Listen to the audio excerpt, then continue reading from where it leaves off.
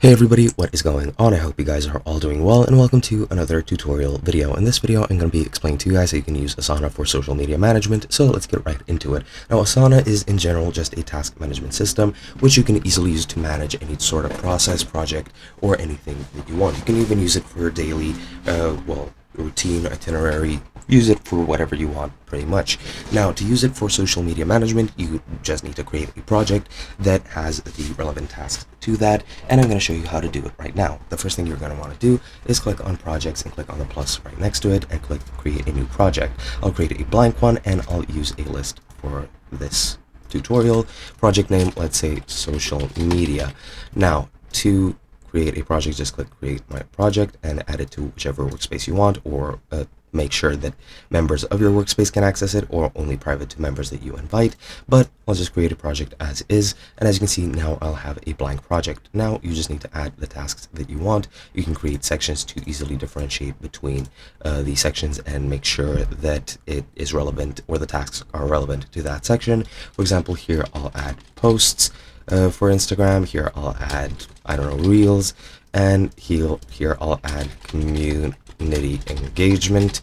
And now you can just add a task for whichever one you want. For example, for posts, I'll add a task, daily post, daily post, just like that. And now I'll add myself as the assignee and add a due date to make sure it's repeated every day, and I'll repeat it daily. And as you can see now, it is repeated daily, and I just reset it for some reason. And now I have the due date for today, and I'll add a time by going into, I guess you could add another date, but as you can see, published date, estimated launch, field type date, or you can select a number.